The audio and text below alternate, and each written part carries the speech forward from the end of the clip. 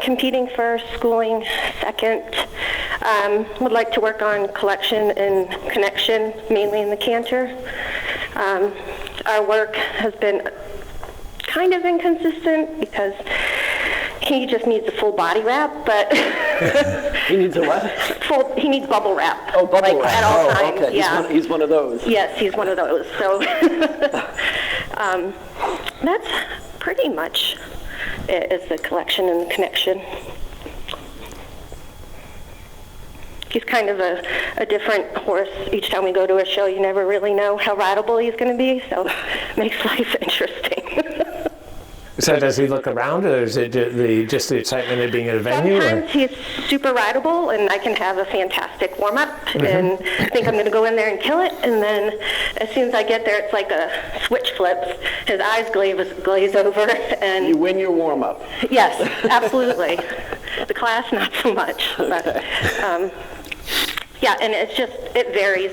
Sometimes he's amazing, and then other times he just doesn't want to play that day, I guess. And I'm going to ask this in the kindest manner, with not really implying anything, but Your attitude stays the same from show to show? No, probably not. I think it's always so important to be self-aware, too. Right? Yes. Yeah.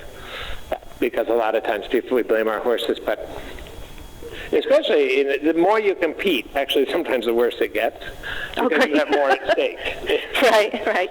Yeah. And the higher the levels, that's what you really, as some of the top riders, you have to be very impressed with their ability to, you think, oh, it's so easy if you're on top. Right?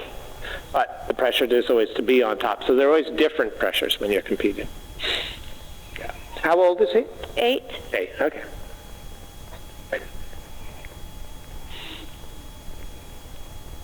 So I think we would do the same, right? And then have you warm up a little bit.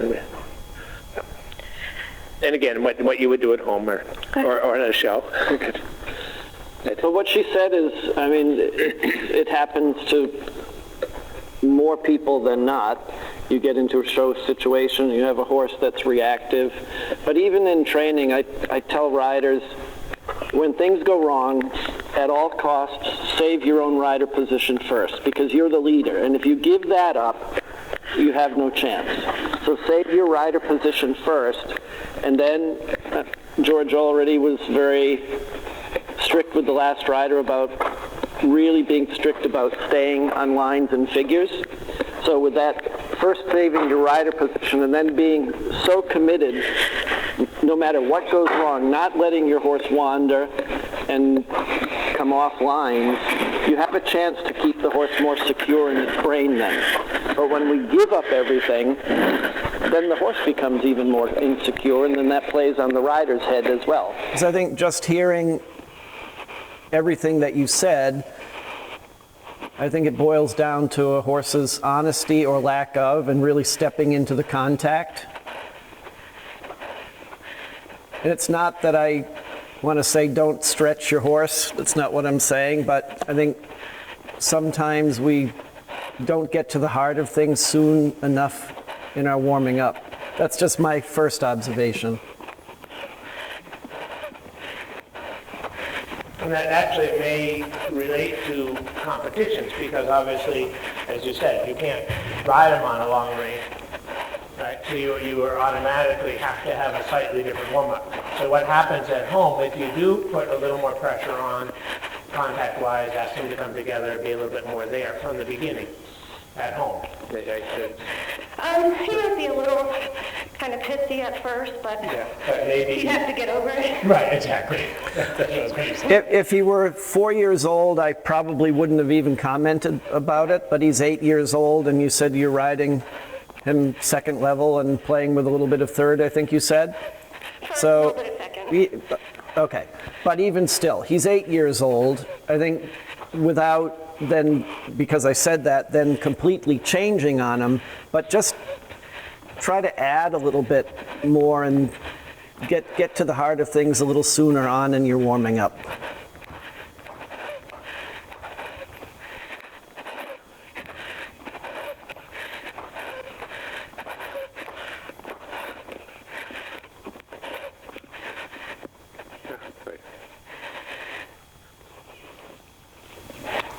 pretty much what we do for warm-up. Good. I think Bill's point's a good one, though. I would, I think, ask them to come a little more together from the beginning and see if this also helps when you do it with competition. But you get through this. If you say he's going to be a little bit pissy and But I certainly would try it at home first. But it sounds like it shows you have to be there with contact, right? Yeah. So it already is it's a different warm-up to show than what you have at home. Yeah. So I think in this case, you have to sort of not think, oh, I can get to the point where I do the same warm-up that I'm at the show that I'm doing currently at home. I think you have to think about maybe adjusting your warm-up at home. Right. Yeah. Right.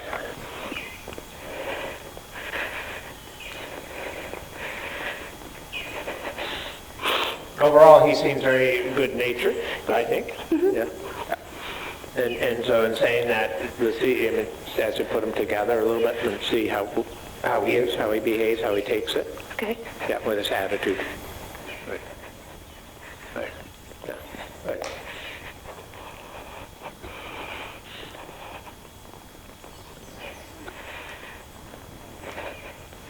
So keep going straight and just stay in the walk for a moment and ask them to come together, but a little bit more. Yeah, that's okay. Right.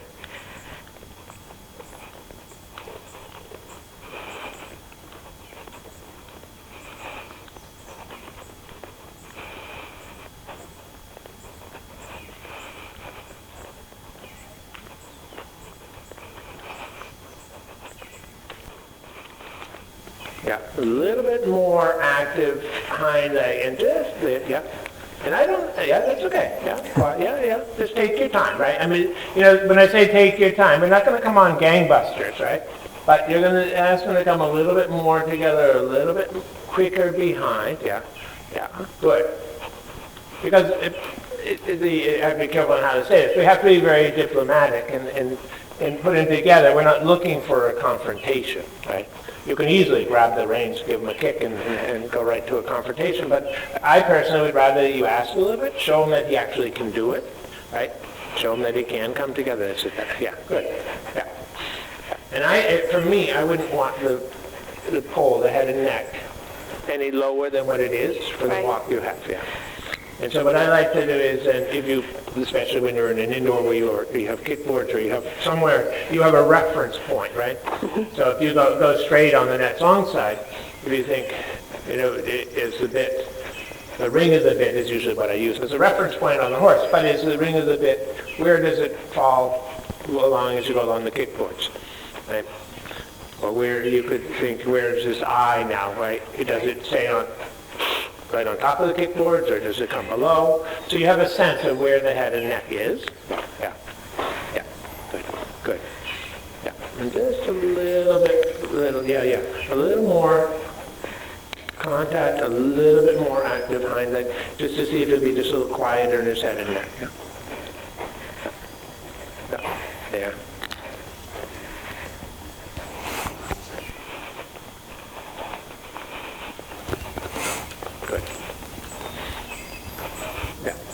And then I think from your perspective, from looking at the rider, your position in that perspective, I would see if you can have your upper arm hang a little more vertically. Yeah, correct. With a little more bend in your elbow, your shoulders a little more together, your shoulder blades more together, right? Yeah, that's better. Because that when you do bring your shoulder blades more together, the upper arm hangs more vertically. Mm-hmm. You're going to engage your core a little bit more. Yeah. There. And we need this connection as riders, because the more we can work with our core, of course, the more stable we are, the lighter or softer we can be in our hands, right? More independent we can be. When I say lighter or softer. Yeah, that's it. Good. And then let's go. You feel ready to go to the sitting trot? Mm-hmm. Yeah, so let's go to the sitting trot. I already like this better. Yeah. Yeah. And I think just when it was interesting, Bill said this after you just fix your arm position. Yeah. Right? Yeah. And that's crucial, right? Yeah. Arm position is really important. Yeah. Our position in general. And that would be careful with your little finger that it's not. Yeah, correct. Yeah, good. Yeah. And part of having your little finger closed, right, and not straight, is a safety issue. If he pulls forward suddenly, you don't want to jam your finger into his neck. And in that sense, right? That you could have an injury. But it also is by having your fingers closed softly, your hand will be a little bit more relaxed. Yeah, they are. To me, it's amazing now what a small adjustment in her position, what impact it has on the horse. Yeah. And actually, that goes back to thinking when you go to a show. Right? You spend a few minutes on your position, or because we're a little worried, we all have a tendency to lean a little forward around our shoulders or look down more when we're nervous, right? Yeah, forward. Yeah, forward. And everybody gets nervous when they show. So nerves are not something to be ashamed of or surprised about. The first thing you have to do is admit, recognize that we do get nervous as a rider, and then how do we handle it? So for me, one of the things you think about is your position, or sometimes I go forward and give with the inside range and make a little, because we have a tendency when we're nervous to hold a little more, right? There are a lot of things that we do, and the holding tension on our shoulders is one.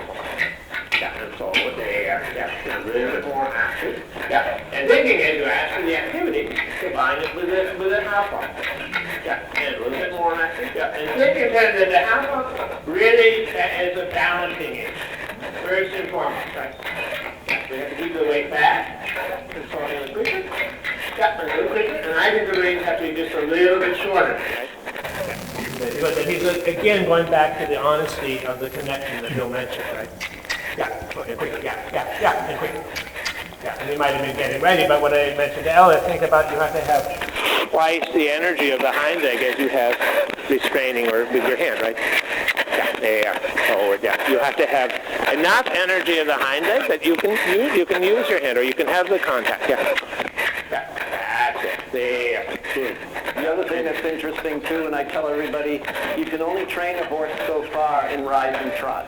Then there comes a time when the seat position needs to be there for the stability to then be able to bring the hind legs into the hand. And as soon as George asked her to sit, the whole picture changed from what she was doing when she was going around in rising trot. Yeah, so go ahead and go straight now. Good. Here I think the range get a little long, right? Again, think about the head and neck carriage. Is it going to get a little longer and lower? Yeah. Your job is to maintain the head and neck carriage, right? Yeah, good. Yeah, there. Yeah, good. Yeah, good. Yeah, I like the trot you have, and I think it reinforces what Bill said too, but I think you have to be careful now. I wouldn't, that it doesn't get quicker or faster. Yeah, no, I like that. Yeah. So on the next long side, it's the letter S. Ride a 10-meter circle. And then I'd like to maybe just see from the 10-meter circle the shoulder in.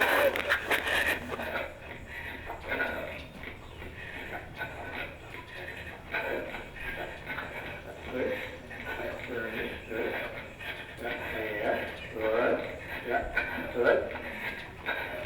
And then into the shoulder in. Yeah, forward, yeah, forward a little. Yeah, good. Okay, yeah, stay with it, and then straight. Yeah, so good. I want to do one more time on this long side. You can do the 10-meter circle around us to your teeth. And I think you just have to pay a little more attention to the outside of the horse. The haunches on the 10-meter circle, we're drifting out a little bit. Right? So, yeah, good. We have to keep those outside hind legs under the horse, right? Yeah, and then into the shoulder in. And in the shoulder in, right? Yeah, you keep the, better with the ears this time, right? More level, isn't it? Yeah. Good. And then straight. Good. Good. So go ahead and change rein across the diagonal. Okay, good. Yeah. Now go ahead and walk down. And then change rein and then encourage them to stretch down in a good free walk, right?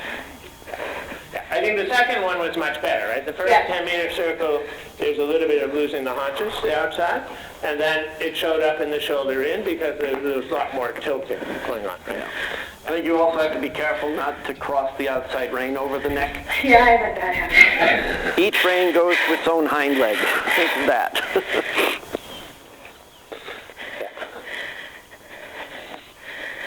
So one of the important things about making sure that again, looking at it from a rider point of view, and you get your test back, and the judge says that the hind leg is drifting out or on a 10-meter circle. We hear this a lot, or on the volte. But especially in the free St. George and 8 meter, that you're losing the hind legs. And why is it so important that you, right? Is it just the judge being picky, or what is why does it matter, is always the question. And the issue is that when the hind legs go out, of course, the horse is avoiding true collection. It's avoiding the engagement. And part of what a 10-meter circle does is, with the outside hind leg stays true to its line and stays directly behind the horse, the inside hind comes a little further under the horse's body, and we actually narrow the base through training, narrow the base behind, right? So when you narrow the base, if you watch a gymnast or you watch a diver, usually they have their feet together to have the spring. Right. And it's the same with the horse. They have the ability to sit just a little bit more and have more spring up. Okay? So that's all part of the collecting process, is to build the haunches that way. So every time a hind leg drifts out, or the horse avoids but the bending and keeps the inside hind leg to the inside, they're not gaining the benefits of the collecting exercise, right? Good. Yeah. So then we'll I want to go to the same thing in this direction, right? But again, before you trot, think your upper arm, your position. Does he go forward to that hand, right? Yeah, not you putting your hands forward, right? Right. And giving to him, but does he go forward to the hand? Yeah. There you go, like this. Yeah. There. Yeah. And nor is it a pulling back. It's the hand is just there. Yeah. But I would walk into this transition again. Because what I just started to say is the hand has to be there, but it has to be alive in your feel, right? Without being busy and moving around, but you can't just sort of have your hand there with no feel either, right? That was better. Yeah. If you think about the contact, it has to be a contact that the horse wants to yield to, wants to be soft to, and not that you're going to have a death grip that forces the horse to yield. Yeah, there you go. Yeah, that's okay. Yeah, good. Forward, forward. So what was interesting about that little quick step is right before it happened, you gave with your inside rein. Right. Yeah. And you threw him, with that, he sort of came out a little bit off balance. Yeah. And I think what he showed when you gave and he came off balance is that he wasn't really quite there on your inside leg, with his inside hind leg. Yeah. Yeah, that's better. Good. Yeah, keep the con elbow. And then that R, the 10-meter circle, and then a shoulder in. Good. Yeah. Yeah. Forward. Good. Yeah. Bend it. Forward. Yeah. Forward. Yeah. Yeah. Good. Yeah. Yeah. Good. And, yeah. Good. Yeah. Forward. Good. Yeah. Good. Yeah. Continue. Good. So, what I think, because what Bill thinks is, I don't think your 10-meter circle had collection. No. Right. Yeah. Good. Yeah. It was, I wanted to say, nice 12 meters.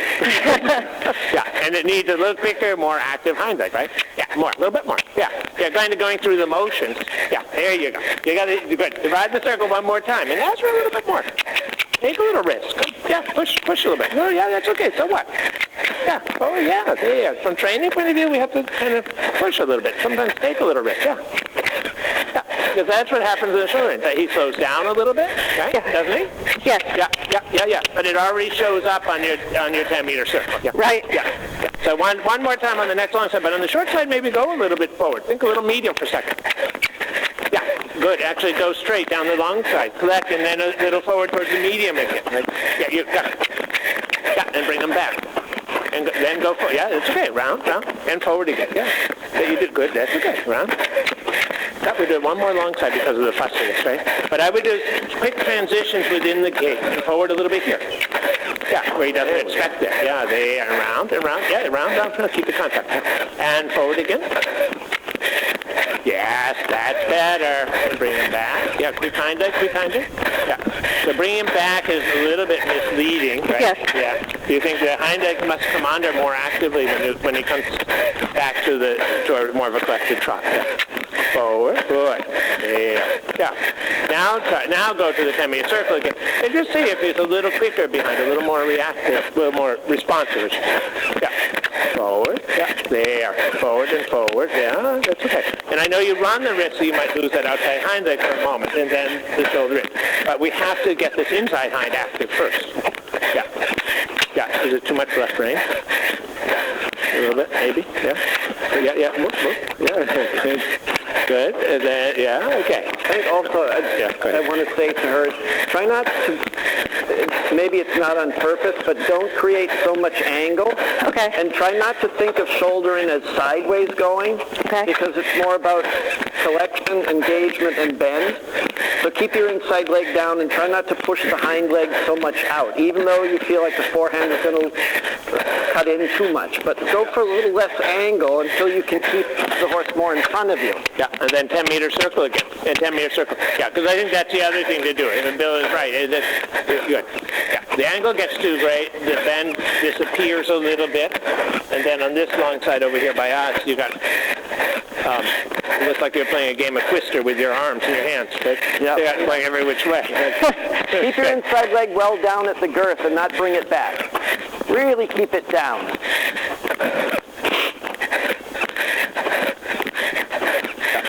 Yeah. So what does it do when you make your inside leg longer? It emphasizes your inside seat bone, the role of your inside seat bone. And then he must bend around it. And that's what it said in the beginning. Yeah, it's better. Good. Started better. Good. Yeah, that was a little better. Yeah. But I like your hands much better that time too, right?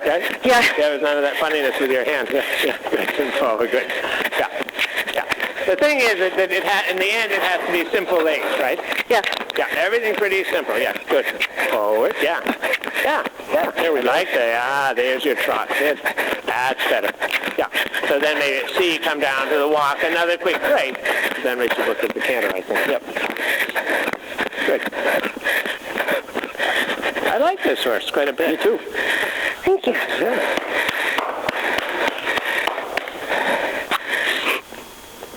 So he didn't seem to blow a gasket when we upped the ante a little bit of changing your warm-up a little bit.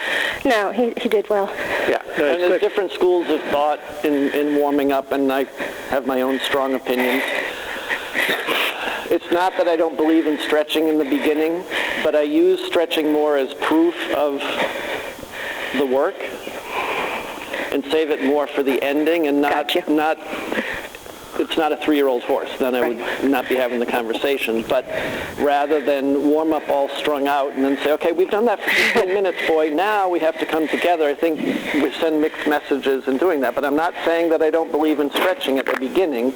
Right. But I don't go to that extreme with riding around on the long reins. And then at the end, I want to know that I did a good job in my session, that the horse will stretch properly over its back and down and not just long and on the shoulder. And then you go to touch the contact, and then the horse is like that anyway. So that brings up I think brings up a very interesting discussion about warm-ups. Because what I had said earlier, the warm-up should get you to the place where the horse performs at its best, right? Mm-hmm. So the horses are all a little bit different. And, there's some that are okay if you let them go like that, and then you put them together, and then they work, and they come together, and they're quite nice. There are others that if you let them warm up a little bit and they get down on their shoulders, you can never get them back up. Get them back in balance. And then, every horse is a little bit different. It's whatever gets the horse to the place where you need him to be. Okay. Right? And so I don't think that there's I don't approach every warm-up the same way on every horse. Right. I think it has to be tailored to your horse and tailored a little bit to you as the rider, right? Okay. If you find that you're not effective with your seat in the rising trot, do a little bit of rising. Yeah, let his back warm up a little bit, but then go to the sitting trot because you'll get the back even better. Right. Yeah, Okay. Yeah. So I think it's never think, that the warm up has to be, these 5 things or whatever it is. Right? There's no textbook. There can't be too much textbook law. There's got to be basic ideas that then you have to be consistent about every day. Just because of what we just said about your warming up, that's got to come over time, but then you've got to be consistent about it and not say, well, I warm up this way today and then completely different tomorrow. It's got to be a little bit more on the consistent side. Right. And see, in the past couple of weeks, what I'd been doing before I start the trot work and the walk, I would be doing like some shoulder in or attempting haunches in or some leg yields. And then I felt like once I did that and then picked up the trot, he was more willing, more free, and more willing to. Yeah.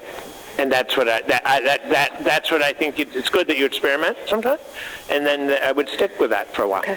And I think the other thing, just another kind of last comment from me from the warm-up, is you may find that some horses you can start in the sitting trot and they're really right there, or some horses you start in the canter, or you do a lot at the walk.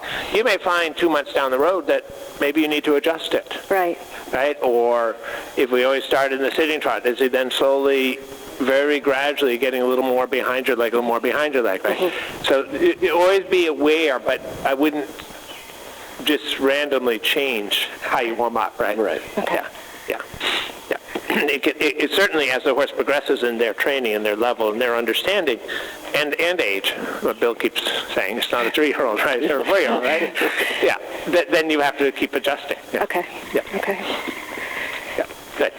So then go ahead and put them together. And I would like to say walk to canter transition, because I think that walk to canter transition is very telling about the horse and the level and the development of the horse. But in general, it's easier right on a curved line, correct? Right. Yeah. So go ahead and do it on the 20-meter circle, and yeah. We'll get out of your way. Sorry. No I don't want to run you over. You might by the end of the session. All right.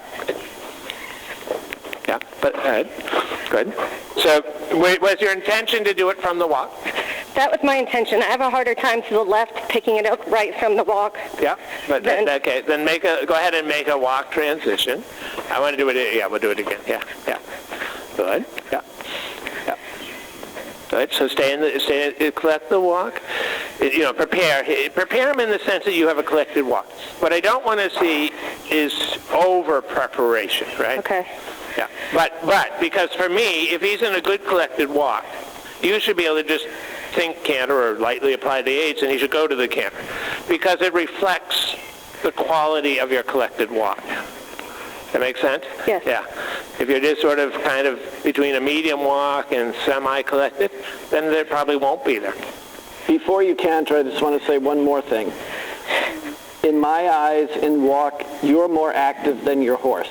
Yeah. I see a lot of work in your leg. Yeah. And then when it comes time for the canter... Because I'm worried about keeping him active behind, like I feel like he's want to shut Try to be lighter and quicker with your leg, and then go away a little bit. Okay. And calm down a little bit and see what he'll do for you. But to me, you work much harder than you should have to in the walk. Yeah. So with that in mind, maybe you could do one quick strong aid. Get him quicker on your leg, right? Yeah. Wake him up once or twice. Yeah. And then quiet again. Yeah. Because otherwise, he ends up that you end up begging. Well, to stay on the circle there. Yeah. But he ends up begging. You end up begging him to be quicker, right? Right. You've got to make a little bit more of an impression once. Okay.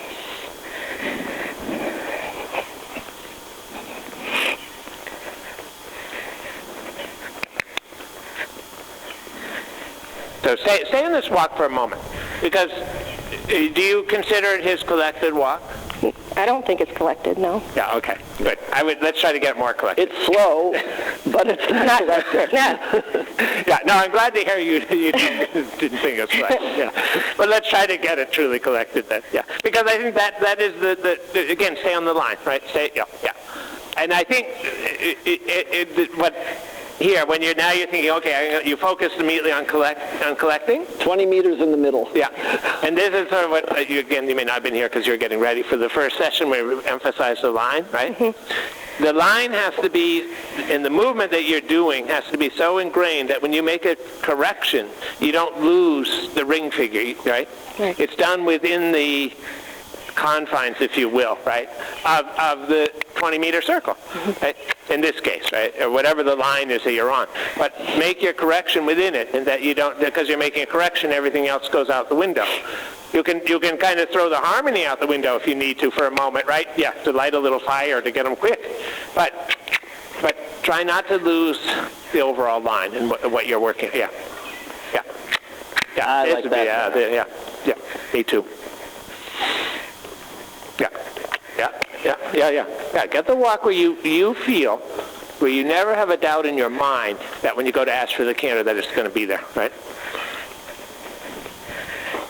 I think that's really important, because if you think in terms of a dressage test and it says at E, you're doing second level, right? I will be. You will be. Okay. So what is second level? How is it worded? It says, you know, if the transition is going to be at E, before E, shorten the step of the walk, or yeah, right? Shorten the step of the walk at E, collected canter, correct? Yes. Something along those lines. So what is shorten the step? We don't have collected walk in the second level, so we can't say before E, collect the walk. But the way around this, in my mind, is you shorten the step. Right. That you're basically collecting the walk, right? Yeah. So I think it's yeah. So what? Yeah. Fine.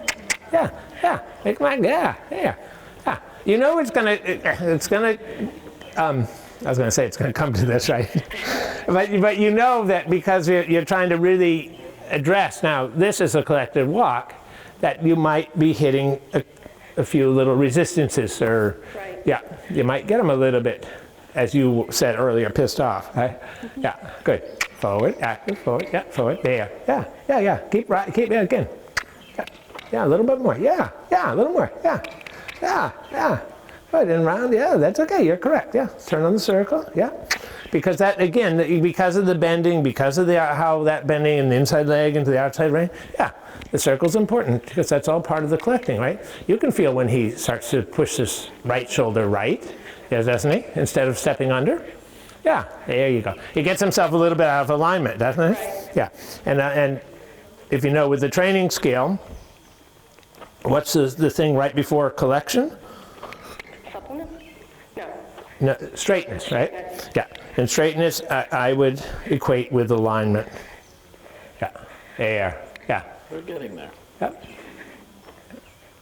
Yeah. And then when you feel, you take your time, but when you feel you have it, then ask for the canter transition, right? Yeah. Yeah, good. Yeah. Yeah. Good. Yeah, and forward, yeah, active, forward, don't let it discourage you. Yeah, okay. Yeah. So when you go to canter, right? And he trots a few steps. How does he feel on the right rein, right shoulder, right side of his body? He's not accepting it, the right rein. Yeah, correct. Yeah. That's what I see too. Yeah, Don't look at his handsome head so much. Look where you're going. Good.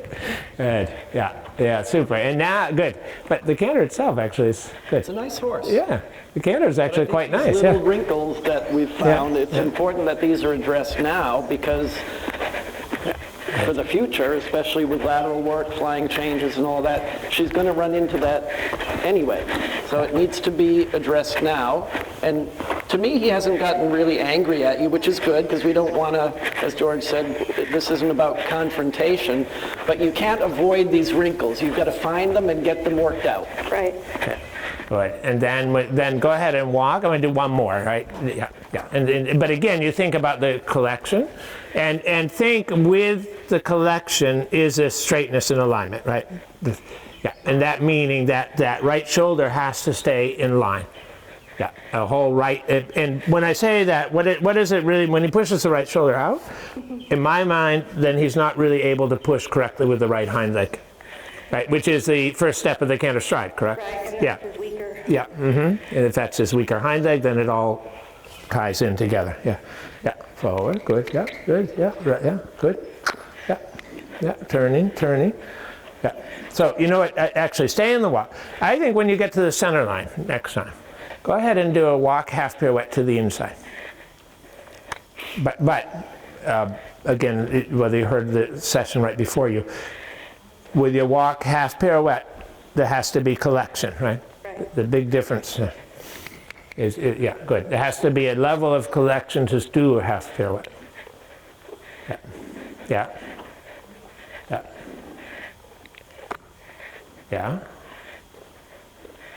Yeah, and then walk forward to the right. Yeah, make a little softer right, and then we do one here at this center line crossing. Yeah. Because I do think that walk half pirouettes would be a very good exercise for him to help you get the alignment as well, right? Yeah, but how is he? Yeah, good. Yeah. How is he on the left side? But interesting. Yeah. Not what I expected. Not what I expected. I expected the right one to be better than the left. But Yeah, me too. Yeah. So then go ahead and ask for the canter. Let's see the time. We will touch on those again though tomorrow too as well. Yeah. Yeah, but the collection again. And it may be simply that the one to the left was far better because we had been working on the collection and you had the right shoulder much more under control, right? Yeah. Yes. Good. Go ahead and walk and try one last one. What happens if, as you ask for the canter transition, your right rein isn't quite so yielding, quite so giving? Okay. Right? Can you keep the weight back on the right hind leg with the right rein? Bill said earlier, right, that your basically what he said is your right hand affects the right hind leg or affects the right side of the body, right? no crossing over. Yeah, yeah, and straight. Yeah, get a nice bend though. Don't do it without. Yeah, yeah. It's an outside rein, so that means there has to be a positioning. Yeah, there. Yes, and then keep it there. Keep it there. Walk again. One more time. Yeah, yeah. So when we say keep it there, you have to think that the hind leg has to be just even a little bit quicker. Okay. Yeah, keep it there. Yeah, keep it. Half walk. My suggestion would also be try not to kick with two legs. Okay. Alternate if you have to, or maybe just get them a little sharper on your inside leg, but I think kicking with two legs then is a little confusing to the horse. It's what I call a shotgun approach. Yeah. Good. Yeah, walk. Good. Yeah. Yeah. And yeah, forward. Yeah. And going back to what Bill just said, figure out when he did that, what aid did he get behind, and make the correction with the aid he got behind. Right. That you are very precise in your correction. Yeah. Yeah. Outside. Yeah. Outside. Yeah. Outside. Yes. And now maybe. Yeah. Yeah. Okay. Yeah. That's okay. Yeah. But actually, it's still trotted. But I thought it was better. Yeah. Good. So in the canter, right? Collect them a little bit on the right side, right? When I say that, keep the position inside. But can you close his body a little bit on the right, and the left, because he has a bending, the left is going to close even more. But can you bring that right hind leg up under you in the canter? Yeah, keep the bend, and keep a little there, and bring the right hind up, yes, and bring the right hind under more. Yeah, more, yeah, that's it, and more, yeah, there, good, yeah, outside, yeah, there, yes, good, yeah, round, that's okay, yeah, round, keep it there, yeah, like that, good, and then go ahead and make a walk transition, yeah, that's okay, good. And then I think, because we're thinking about time, right? Good. So let's go to the rising trot, and I think to see what Bill had said. If you stretch down, does he stretch down nicely and then balance? Because again, it shows you how the work was, right? Yeah.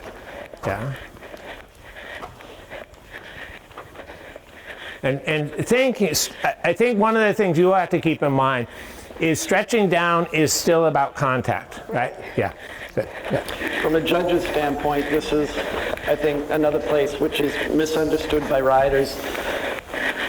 And I should only speak for myself and not all of my colleagues, but I don't measure the success of a stretch by how far the neck goes down. I think more about how much it goes out as well as down, so the horse really uses its back well, and that the rider can still maintain a light but steady contact. Conformation has a lot to do with how far a horse is going to go down. The old tight quarter horses that were built for cutting, and they're built downhill anyway, they can put their lips in the dirt, but that's not a better stretch. It can do that without ever using its back. What she did, I thought, was quite nice, except in the beginning, you started to get carried away of letting the reins too long, so then you're losing a little bit of the contact and throughness in the top line. I did. Because even when a horse stretches, don't lose control of the pole. Don't lose the throughness over its top line. But once you fix that, I would give you a good mark for your stretch. Okay. But I'm not measuring how far it goes down. Right. Because nowadays, when we have horses built so nicely uphill, how can we expect them to then put their teeth in the dirt? And that's not really what stretching is all about anyway. Right. It's the use of the back. And can you keep control of the throughness in the top line? Yeah, I felt when I got my reins back or got the contact back, I felt like his trot got loftier, like I could feel it more in his back. Yeah, and then I think that goes back to when you warm up on a loose rein completely like you do. You're not really getting his back. Back, okay. And I like the fact that you were not one of those that then lets the reins long and then you put your hands wide like that and you go like that, because that's one of my many pet peeves.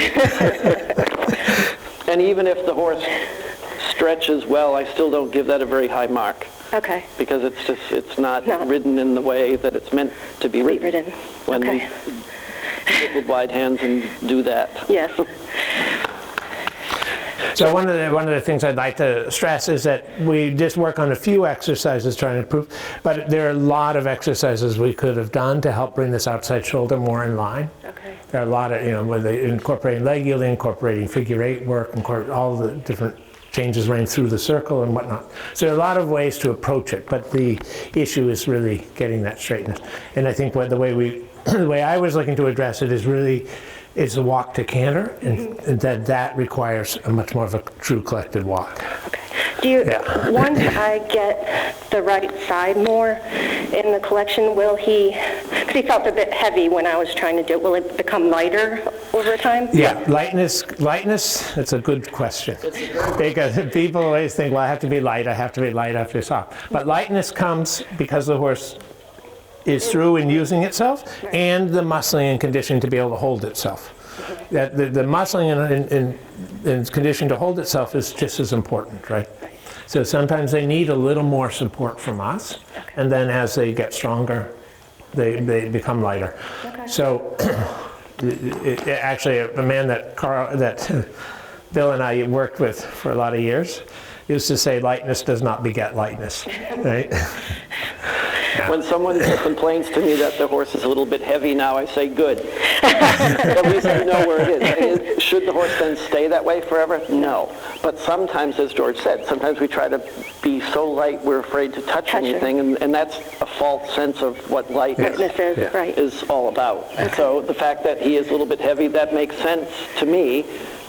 You can get him lighter in time, but at least now he's there, and not when you first started to touch things and he wanted to fling himself hollow. Exactly. Now he's not doing that, but he is a little bit more in your hand. So don't panic about that and try to back him off your hand. Right. Make him active and really stepping under and really developing better engaged hind legs to then come lighter in his shoulders. Okay. And that's where the lightness comes from, not by throwing away. Throw him away, right. Yeah. Okay. Which I think it was when we... Or I feel like it was when we were just trotting a bit ago. Yeah.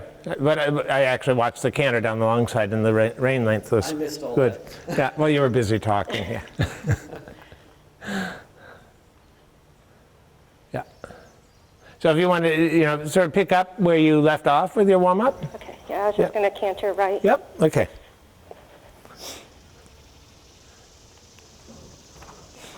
Yeah, walk and just quietly have the discussion. Yeah, there you go. Quietly, but quiet doesn't mean that you're not firm in what you want, right? Yes. Yeah, good.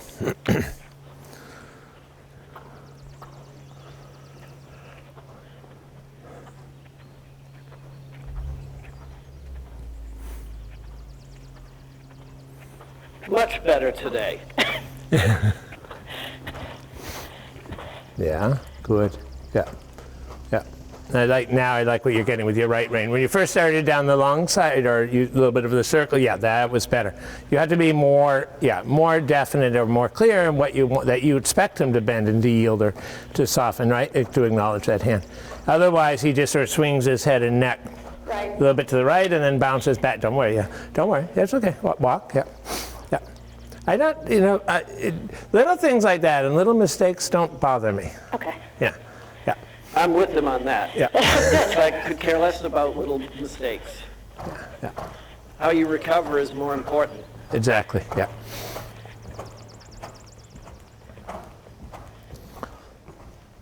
And speaking for both the rider and the horse, we can't all be perfect every time, right?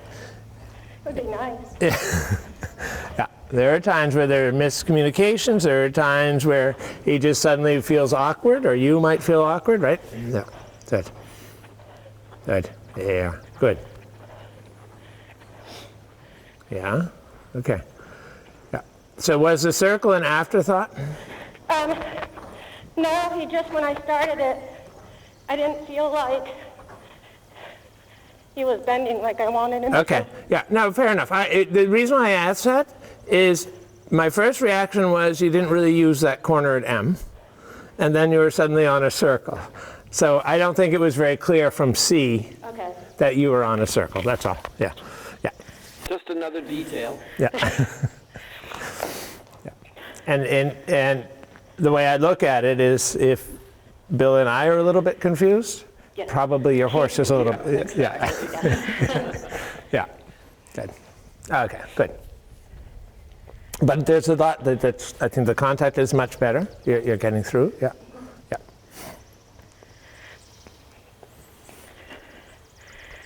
I think we're ready. All right.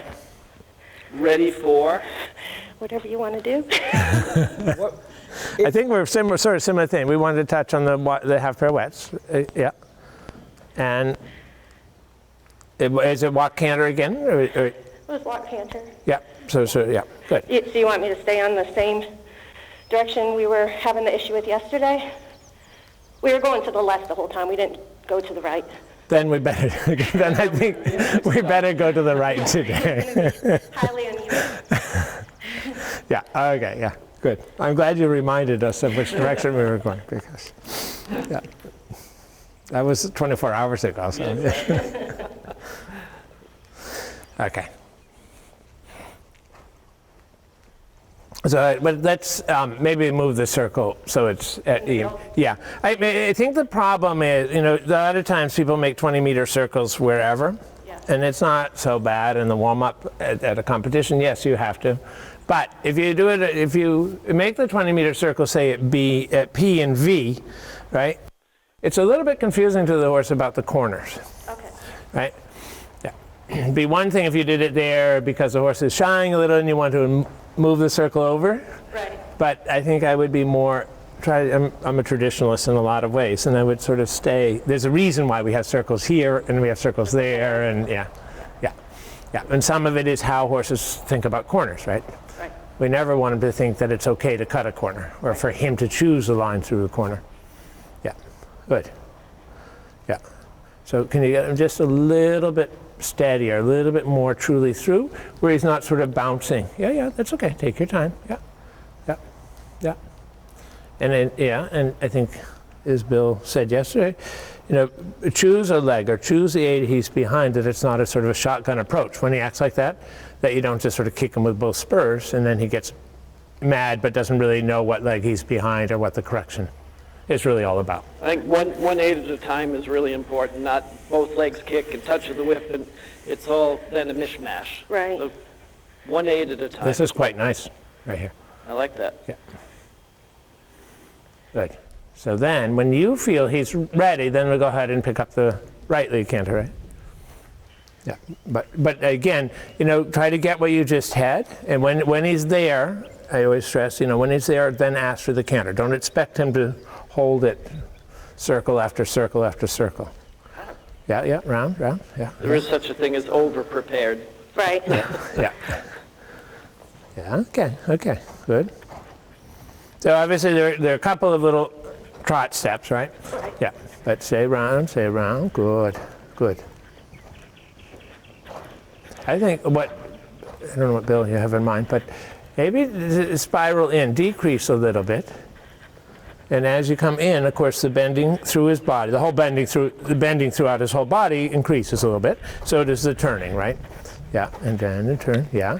And as he comes in a little smaller, and you're turning, then one walk transition. When you feel you have him on your seat, he's bending, he's turning, and into the walk. Yes, yeah. Oh, yeah, Don't good. get that outside hand crossing over. Yeah, so stay on this circle for a moment, but then spiral out at the walk. Yeah, use it to get him in front of your inside leg. Yes.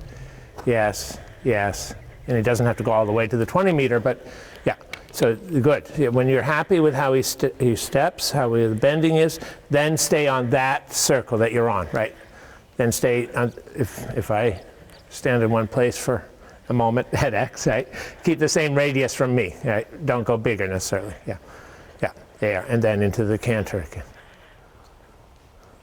Yeah, good, yeah, turn, yeah, because I do think by making the circle and then spiral in again with the bending, yeah, and you're gonna do the same, bending, how's the length of rein, yeah, good, yeah, because you had to really move your inside arm, right, don't come smaller, but yeah, I like this size circle, right? Because here on this side circle, you can still keep them in front of your inside leg, right, into the outside rein. You can get the bending, and when you bend, and then a little bit more, hinting towards more turning, right, then into the walk, and walk, yeah, okay, good, walking, forward, yeah, and could you move them out a little bit? Yeah, there, that's enough, yeah, and stay on that circle now, forward, yeah, forward, and one more time into the canter, but keep turning as you canter. You know, there, like this, and keep turning. Don't interrupt your figure. Yeah, okay. Yeah, but if you had kept the turning, I think your outside edge would have been there a little bit more, and he might not have trotted those steps, right?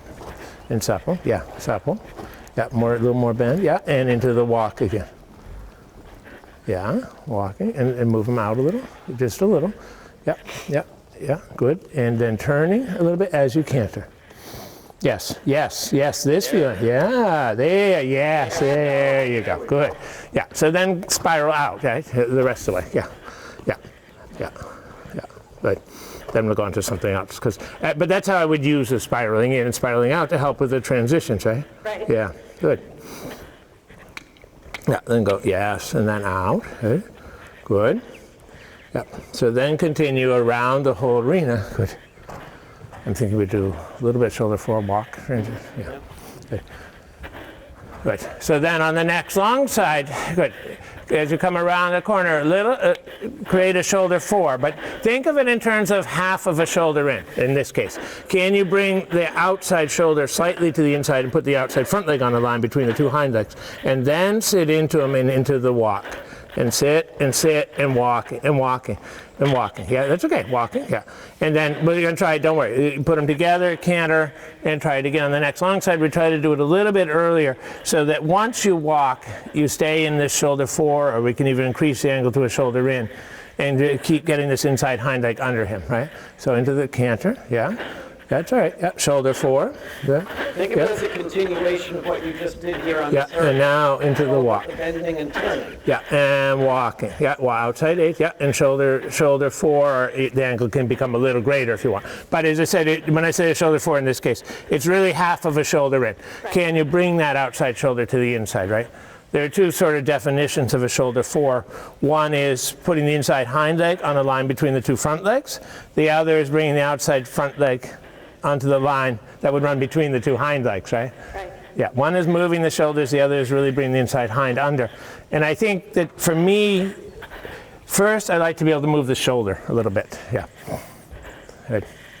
Yeah, it sort of depends what your background is, which is the true shoulder for, but what we're looking for in this case is a half of a shoulder in.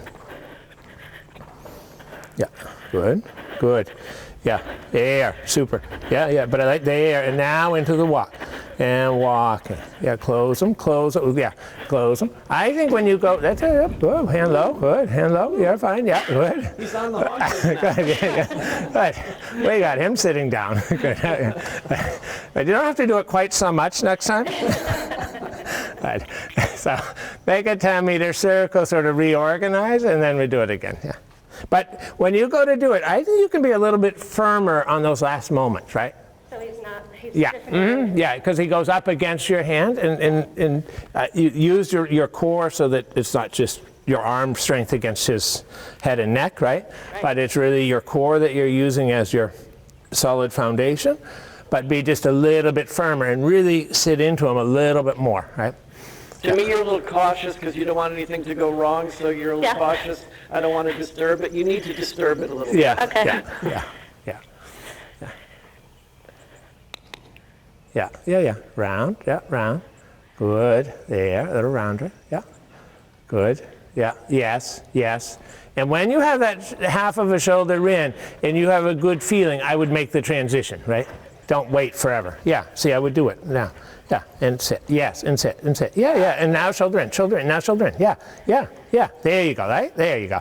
Yeah, that's better. You'll Good. get rid of the neck stuff, because when you see it, then you're like, oh, I don't like that. So, but you need to follow through. Okay. You're going to get rid of the neck stuff. Yeah, so yeah, then the rain a little short, one more time. Yeah, so that was, I think it was much better. Yeah. The movement was recognizable.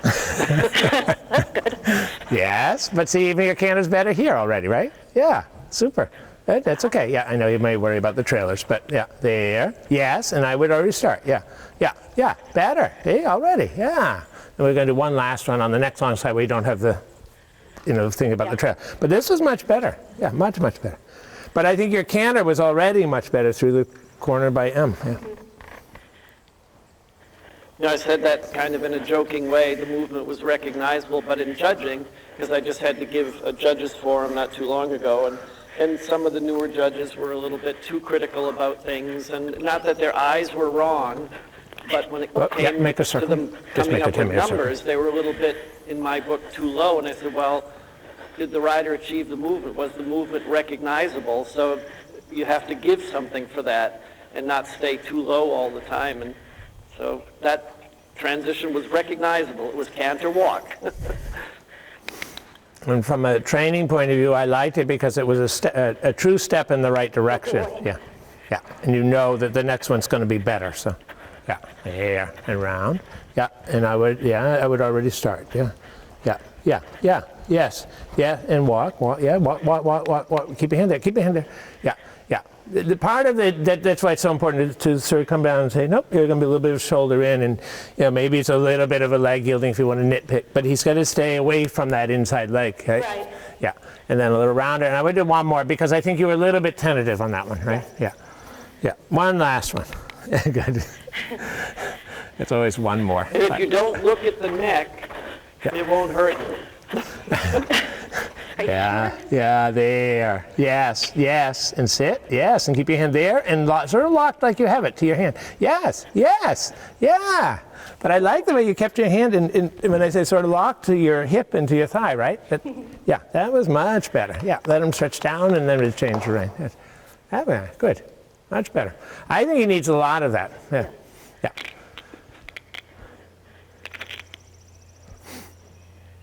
So you're using, whether you use 10-meter circles, whether you spiral into a 10-meter circle, but using the circles, and then using this sort of half of a shoulder in, right? Yeah. And in this case, I think it's important that you are bringing the shoulder in because, right? Yeah. Yeah, because once you have that control, then you can bring the inside hind leg forward and under the horse. Right, and you Right, have the into- tendency to escape Yeah. out that right side. Yeah, if we don't have, yeah. But also if we don't have control of the outside shoulder, we can't really bring the inside hind leg under. Right. Yeah. Yeah.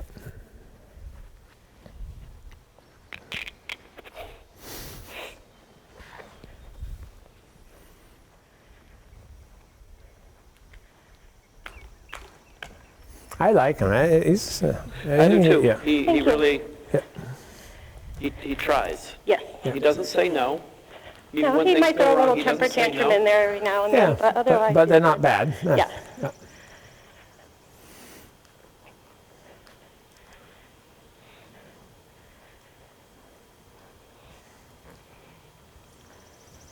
Good.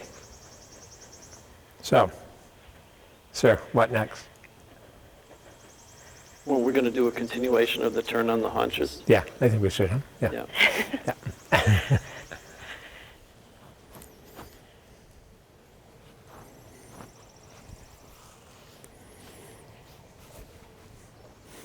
Yeah, good. Around, yeah. Just keep going. Yeah, keep going. Careful with how you needle him.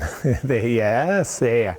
I think you just got too quick with the spirit, right? And really, that's why I use the word needling, because you're a little bit, and then he gets a little bit, what's going to happen When the next? horse is out Yeah. against the hand like that, and then you start kicking, you're basically kicking against a strong upside-down neck, and you're not going to gain anything from it. So just for a moment, calm down.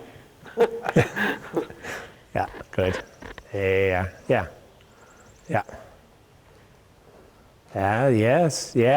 See, now you can make him more, then you can, when he's that with his neck, because he's more confident he's in the right place physically where he can react, but also mentally he's in a better place, isn't he?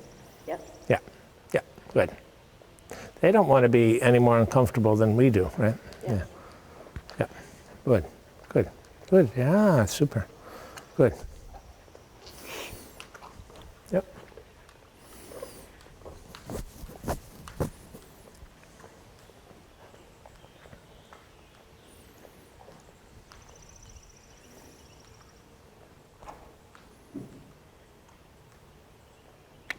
Yeah, good, good. So you want to maybe just start going from R to S, walk half pirouette, just for us to get a sense of where you're at with them, I think? Good. Yeah, go, and then as somewhere, as you approach S, then the walk half pirouette. Yeah. Yeah, follow, yeah, okay, yeah. Good. How did you feel about that? Yesterday, the first one, it felt better. Yesterday felt better than that one. Like I felt like it could have been a little bit more together, maybe a little bit more collected. Well, mechanically it was correct, but it could be a little more active, but Right. that's why we're doing it.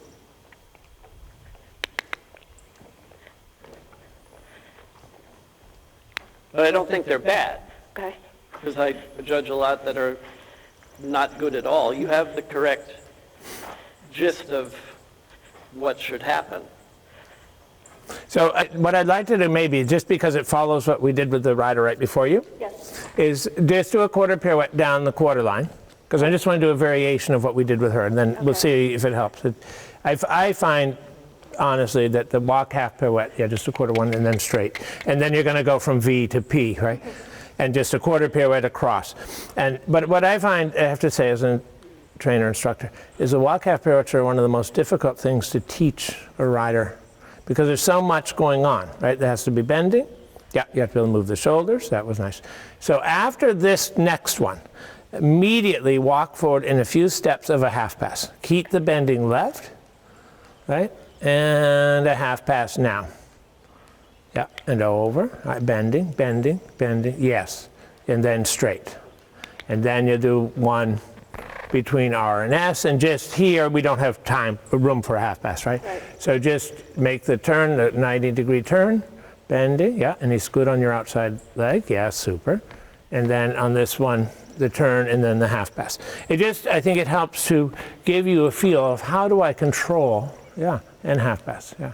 How do I control this right hind leg? Yeah, yeah, forehand, yeah. And now straighten, move them a little bit away from your inside leg. Yeah, and then the quarter pirouette again. Yeah, bending, bending, bending. Yeah, bending. And you weren't here probably without. I think you could use a little more left rein starting it. Bend, and bring the left front leg left, and around. Yeah, yeah, very good. That was better. Yeah. Now just go straight, and we're gonna do good. I'm gonna see if I can explain it without drawing it. You're going to follow the track. Follow the track. And when you get to H, you're going to do kind of a hybrid between a walk, half pirouette, and a half pass. From H, I want you to do a big turn that would take you back to the short side by the mirrors. Okay. Right? With his tail pointing into the corner all the way around. Right? Yeah, and yeah, then you start to bring him on a big arc with the hind legs on it. Hind legs on a big arc. Hind legs over, hind legs over, hind legs, yeah, okay, good. So I have to draw it. Good. Yeah. That's okay. Because I think, good. So just when you get to M, just make a half circle, come back to C, right? While George is drawing, I see all the time that riders want to start the turn on the haunches or pirouette, and it carries off down the road in canter pirouettes as well. So he'll come around. The inside rein should start the turn on the haunches or And then pirouette. here, and then he goes like this, right? Pirouette is And not over, sideways and over, going and with over. limbs crossing Yeah, over. Okay. Yeah. I see that all the time. Yeah. Turn on the haunches, Yeah. the horse should not be crossing over. It has to take weight behind and move the shoulder around the inside hind leg. Yeah, walk forward, When the walk rider forward. See, comes this is why we're doing it. strong or too Forward, early with the forward, outside forward. A. Yes, First, like that. Yeah. If they wanted to There, make the right? turn on the haunches here, first Yeah, they so move then the walk horse off the forward, line by and then strong just do it outside again, aids, right? And then finally it starts to come around, but then it's too big. Then the rider realizes they're off the line, so then they So throw then the just shoulders go back back. to the line, Yeah. so then it Yeah, tells just the go- judge yeah, that just the go to- rider just has go to no walk to control see. anyway. Yeah, yeah. So I always tell the 'Cause we rider haven't done that not side to yet. worry about getting the shoulders too much back to the line and then project to the judges that the whole thing was too big. Go out sooner. But the inside rein has to start the first step of the turn, otherwise it doesn't work. Forward, forward, forward. Yeah, forward, forward. So don't pull back. Forward, don't pull back. Yeah. Think forward to the arc. Think forward to the arc. Think forward to the arc. Think forward to the arc. Yeah, more. Yeah, forward to the arc. There. That's better. Good. Yeah, forward. I'm gonna do one last one. So he can come even a little bigger, right? Okay. And the whole idea here, the reason why I wanted to go to this, because I think he's actually pretty good about your outside leg, Yeah. but he doesn't stay 100% in front of the inside leg, right? So by doing this, the arc is convex, right? Yes. So as he comes around, he has to think a little bit forward to stay on that arc. Right. Or you have to think a little bit forward to stay on the arc, right? So that means your inside leg continues to ride him into your right rein. Forward, there, more like this, right? More like that, right? There, that's better. It's just that that he moves sideways, like he would in a half pass. He moves sideways from the outside leg, but he stays in front of the inside leg. Okay. And not to confuse that a half pirouette should have half pass steps in it. It's just some of the elements that you need Well, yeah, and are I similar, feel like right? I'm using my outside leg way more than my inside, so. Yeah, and you need both exactly legs. Yeah, yeah, and you need both. So one more, and it's even make it a little bigger, a little more fluid. The whole thing is that it should be fluid. It also fits into nicely with counter canter work sometimes. Yeah, and outside, little outside, but forward from the inside. Yeah, more like that, right? Yeah. Yeah, now, good, that's better, yeah, good, yeah, like this. So now, good, forward, yeah. So now, change rein on keep them together, change rein on a short diagonal to S. Yeah, M to S, very short. I just want to then go to a walk half pirouette. We'll turn across from E to B, and just one walk half pirouette to the left, and now try to put all the things together that we've worked on, right? That he's good about your outside leg. It's sort of the guarding leg. It keeps, the haunches can't go, in this case, they can't go to the right.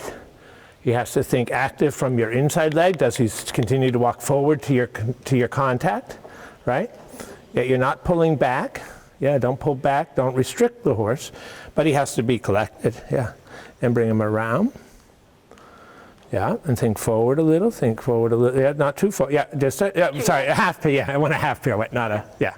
So turn across from R to S, and it's going to be 180 degrees, right, yeah. And that would have been too much, right? What I wanted to do is now go for as perfect a walk half pirouette as you can. Yeah, does he bend? Yeah, and around, and shoulders. Isn't he slow in front? Yep. About 180 degrees. 100, oh, Yeah, half pirouette, yeah. So just turn across, yeah. Just turn across, one more time. Not too strong outside rein. Yeah. So, yeah, and shoulder, yeah, outside, there, yeah, outside, yeah, okay. The bending was better, right? Right, But I think you went a little bit almost against done. your outside, yeah. Yes. Yeah. So we did want to do one to the right, just a half pirouette. Outside, yeah. So now I think you have to focus, the shoulders are coming around almost too fast, and you're losing the outside hind, right? Yeah, that's why it's so difficult to teach, because there's so much you have to think about, right? You have to collect the inner side. Yeah, that was a little better. That was better. But not neck rein around. You have to collect the inner side. Yeah, one more time each way, and then we'll leave it, yeah. But Bill, absolutely, yeah. See, here you have to get the bending. Yeah, that's okay. I know we haven't done as many to the right, but that to me was, that's the response to your right edge. But now here, collect on the left side.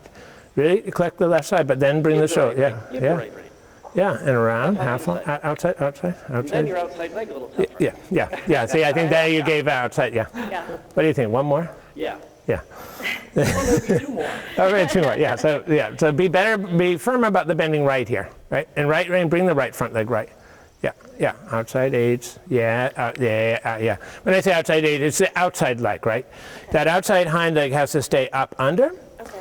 and while it doesn't cross over like a half pass Weight your necessarily. inside stirrup. Weight your inside stirrup. He's just walking in a circle. But now mechanically that was more, I think, more correct. It Yes. was big, Yeah. Right. mechanically more correct. Yeah, Okay. yeah, I would agree, yeah. Yeah, the question would be, can you make that one small, but with the same feeling, the same mechanics? Yeah, but it was better for that side, yeah. And I think your first step has to be more determined, what size you want it to be. Then the next 2 steps a little bigger, Yeah, Okay. Yeah. instead of starting so gradual. yeah, around, outside, out, yeah, in touch with it. See that there, then this is where I would do a little half pass over now, right? Okay. Because that's where that exercise comes into play. Do that one more time, Yeah. to the left side. Don't do the right again. Do the Okay. left side again, because Yeah, I and think fairly George is firm. right. Little whip, Yeah, little yeah, whip, yeah, little, yeah. little whip. There. Yes, yeah, there, good, that was it, yeah. Yeah, that was nice. But a Good. stronger this, trying to get the horse around, it's never going to work. Right. And that's exactly what I was Yeah, doing. and that's why I like to come out of it with the half pass, because then you get that outside hind leg, And then right? the answer wasn't more outside leg, but getting more response to your outside leg, which you needed your With the whip whip. to do, because the Right. more you kick and get Yeah, strong, then he goes Yes. against it. Exactly. Okay. So that was your best one. Thank And you. that now was a pirouette, Okay.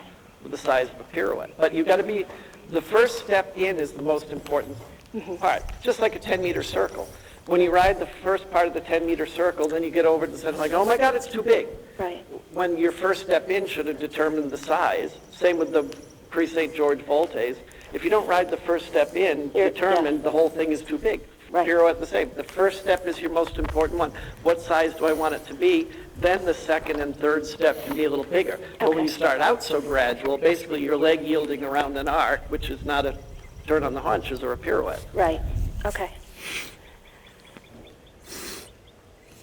And it's good, as I said, there are a lot of elements of a half pass, because you do have the bending rein on the inside, you do have the outside rein that supports. Right. You do have the inside leg he has to be in front of, he has to continue to be in front of it into the outside rein, right? But he also has to, in a half pirouette, he doesn't move sideways from the outside leg, but he has to be quick to it. And that's where we Yeah. struggle big time, is with our haunches in to the left. Yeah, He can, he'll put his haunches in, but getting the bend yeah, throughout has been difficult. yeah. So I think we should work on that We now. can address that. Thanks for telling us. Exactly, good. Yeah. And I think that kind of suppleness, which you could think of as diagonal suppleness, Okay. that in front of the saddle he has to be supple left, behind the saddle the right hip has to be very supple, right? Right. And there are a lot of horses that, as opposed to lateral suppleness, right, which is what you have on a circle, where he bends left and the left hip has to be soft. So, but a lot of times when you start working on diagonal suppleness, a lot of the horses become much more supple. Right. And I think it really helps their backs, right, the lower back, and yeah. Okay. But I think in starting your haunches into the left, think about what you just did in that nice pirouette that you just rode. Okay. How did you ride that? And it's a little bit the same. He's got to be responsive in front of your right leg, because I think if you get too aggressive for just angle, then you're not also achieving the bend. So to me, less angle would be better in the beginning, getting the bend and then making sure that he's in front of the right leg, that then when you want to add angle, that then you're not losing the quality of the trot. But you rode that last pirouette really nicely, and I think it has to be a continuation now. Yeah, you don't want more angle there. Yeah. Yeah. But what I like, when you first started, you started to develop it, what I like is there was a connection between what you did with your right, you can keep saying it, but there was a connection what you did with your right hand and your right leg. right? And those two aids work together, right, to control. Because if the right hand doesn't support your right leg, he will just speed up or run away from it, right? But so your right rein helps to maintain the balance. Yeah, and keeps them balanced and yeah, there. Yeah. So if it were a half pass, it's the same thing. The right rein plays a role when you use your right leg, right? Yeah. Yeah. Yeah. Yeah. I think you'll feel when the angle gets too great, right, when his chest is no longer parallel to the short side, that's better. Yeah. Yeah, yeah. Make sure the head and you have the head, right? You have the concept. I think that his front of his forehead should be parallel to the short side, right? Right. But don't make sure you have the chest parallel to the short side as well. The front legs need to be tracking more straight, not at an angle. Yeah. That's better. Oh, boy. I think that's another misunderstanding when I watch some of the second level tests, that the angle of shoulder in is so wide. And George is exactly right. The head and neck and shoulders should stay parallel to the wall, not have an angle. Then it's, to me, a leg yield with wrong bend. Right. Yeah, but that's better, right? And I think, again, what you just did with your left hand, right? Yeah, not that I want you doing a lot with your hand, but you immediately fixed it, bring his left shoulder left. So you get him a little, yeah. You know what I mean? Yeah, because here's at an angle, isn't he? Mm-hmm. Yeah, a little less. Yeah. Can you bring his shoulders left a little bit? Both. Yeah. There. Yeah. Yeah. Otherwise, he pushes that right. He gets that right shoulder. He gets the angle. He gets. Yeah. Bring the left shoulder a little bit left. The front legs want to cross, don't they? Yeah. Yeah. So You don't want crossing front legs. Yes. There you go. Yeah. And I think that when he's at the right angle, you won't have to drive him forward anywhere near as much. Right. When you feel that he's getting stuck, it's because he's at a very awkward position, right? Basically, and he can't go. Okay. Yeah. Yeah, I would try one again, yeah. Yes, yeah. I would be happy with this angle. Me too. Okay. Doesn't need more. Now you mastered the walk. Now you should try it in the trot. Oh, no. Yeah. Go for little, and then if we need to add more, you can. Okay. But don't start out expecting more than needed, and then lose his ability to flow forward into both reins. That's a nice trot. And it ties into what Bill said about the horse yesterday. With when you have too much angle, and I said he gets awkward, right? Yeah. His shoulders get stuck. Right. So the energy of the hind legs, doesn't matter how much energy of the hind legs you have, they cannot go forward. Right? Now I would abort the mission and go forward again, then come back to it. Yeah. You don't even have to live in it so long. Okay. Don't wait until it falls apart to then get out of it. Right.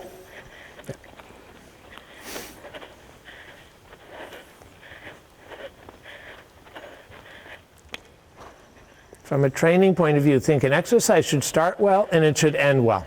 You can make corrections and things in the middle, but you should always leave the horse with the impression of how it should feel. And ideally, of course, you want to be able to start well, right? Yeah, with that said, you're not at the show right now. You don't have to ride half the long side and haunches in. Ride a few steps, go straight, freshen up the trot, come back to it. Then he's learning something from it. That was it was a nice start too, by the way. Yeah. Yeah, then go out of it because he gets behind you, doesn't he? Yep. Yeah. But you also had angle again. Yeah. Too much angle. Okay. Shoulders and neck parallel to the board. Look up. Don't look at his handsome head. Ride to the end of the ring. And now straight before it deteriorates. Yeah. And then go in again. Ah, nice breath out.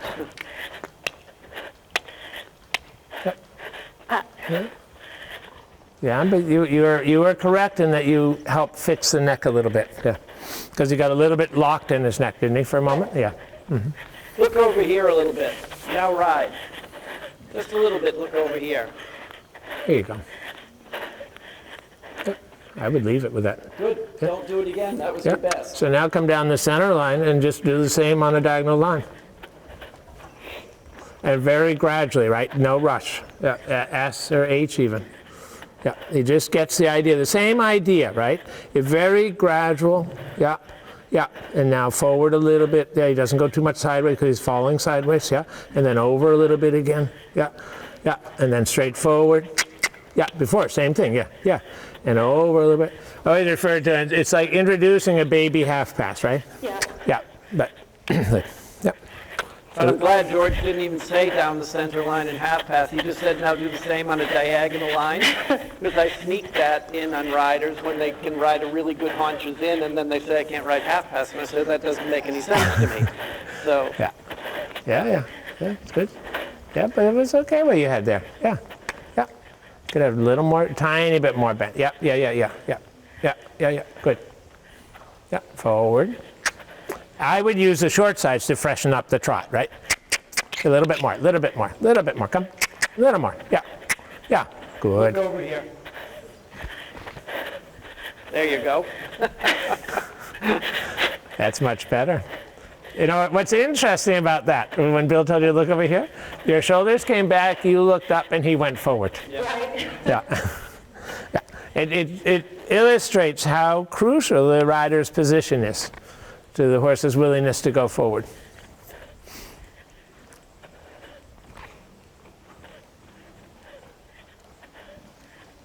Yeah, good. When I'm judging haunches in, to me, just how much angle is not really the Yeah. gist of what's This trot is nice. Good.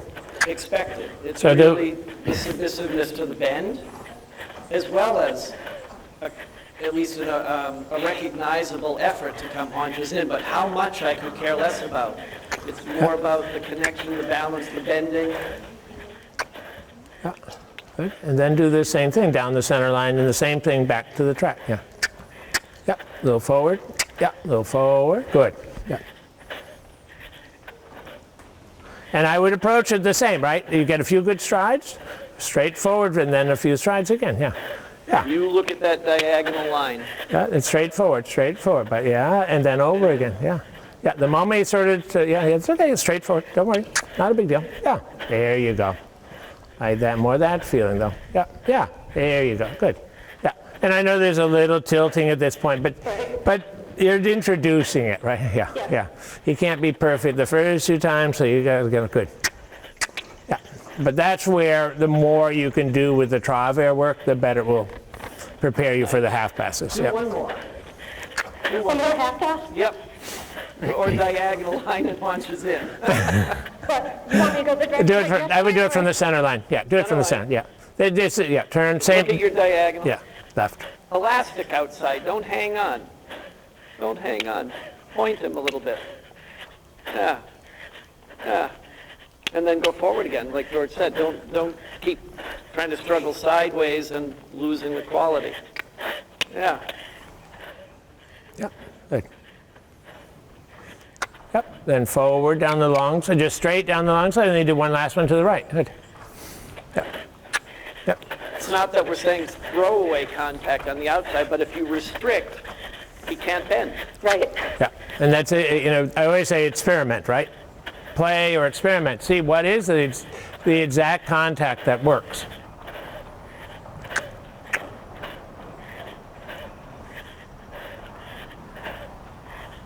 Yes, yes, yes. But I like the right front, right? Okay, there'd be more bending, but the right front is very good. And the shoulders, yeah. Quite good.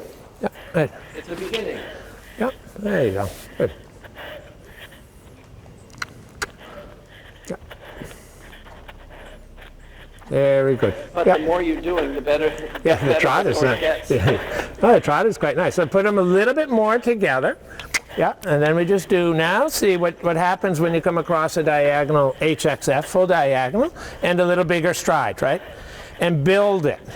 That by the end, maybe he's in a medium trot, or Yeah, you're thinking second level, so you think medium. But think by the end, is he a medium, right? The judges tell you it has to be letter to letter, but you make sure you build it, that he's straight, he's in balance, and then ideally it's letter to letter. But see, don't go yet. Make a circle. Don't make a circle. Yeah, because you came around the corner, he's pushing so much against the right shoulder, there was no way it was going to be good, right?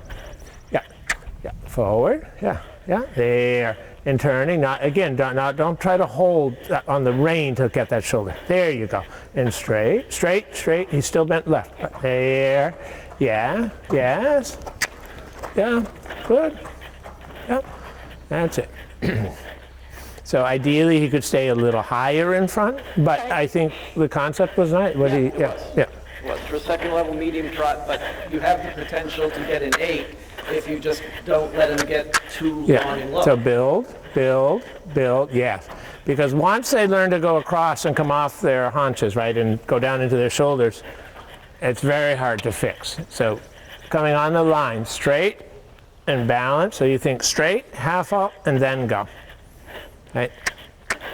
Keep riding. Yeah. Keep riding.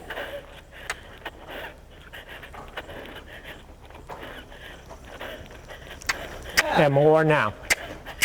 Yeah, I'm right. You don't want to keep pushing a lot, but as you come towards the second quarter line, make sure he continues, right? Yeah. Yeah, that's a place to say, okay, we have to make it all the way to the corner. Yeah. Yeah, and good. And now you think forward again now. Yes, like that. Yeah. Good job on that one. Yeah. I would walk and leave it. Yeah, good. Good job. Very good. Yeah. I know. Yeah. He's a nice horse. Yeah. Thank you. It really is. Yeah. There's a lot more in there. Yeah. Yeah. Now, are we on break or is this? I think break. Break. But no, that was very good. Super. Yeah, nice. And I think it's so important, that you build these things and don't let them get into the habit of seeing the diagonal and just going. Yeah.